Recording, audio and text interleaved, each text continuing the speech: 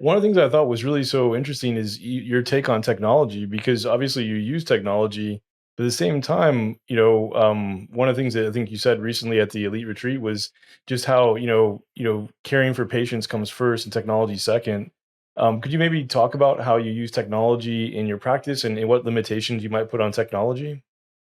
So, well, it all depends what stage because technology, as you mentioned, that can divide it into many things, right? You have energy devices, and then you have skincare that have actually a smart technology working at a cellular level, like exosomes and things like that. And then you have biocollagen stimulators and injectable fillers.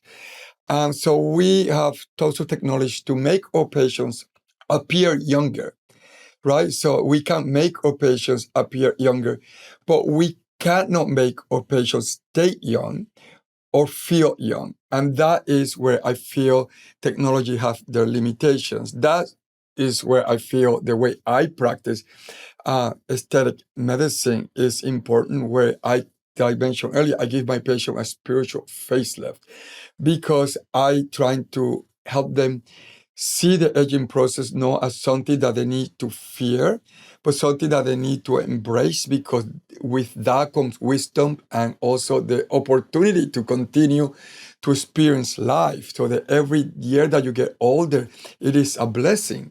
And they need to see it like that and not focus on the architectural changes of their face, which I can help with that. And if I cannot, I send them to a plastic surgeon. And then the other thing is the functional aesthetic medicine part of it that I try to teach. I mean, my patients need to understand that they need to do intermittent fasting in order to slow the aging process, that they need to cut down sugar, that they need to reduce the level of stress and give them tools to be able to do that.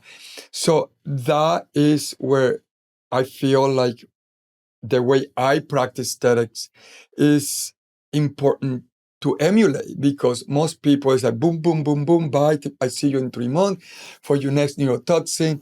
I don't practice like that. I definitely feel like I need to have my patients understand how to stay young. And staying young is more than just what I do for them with these hands. They need to understand how they can cultivate the energy of youth and how you can take that to your advantage to change your health path on decades to come.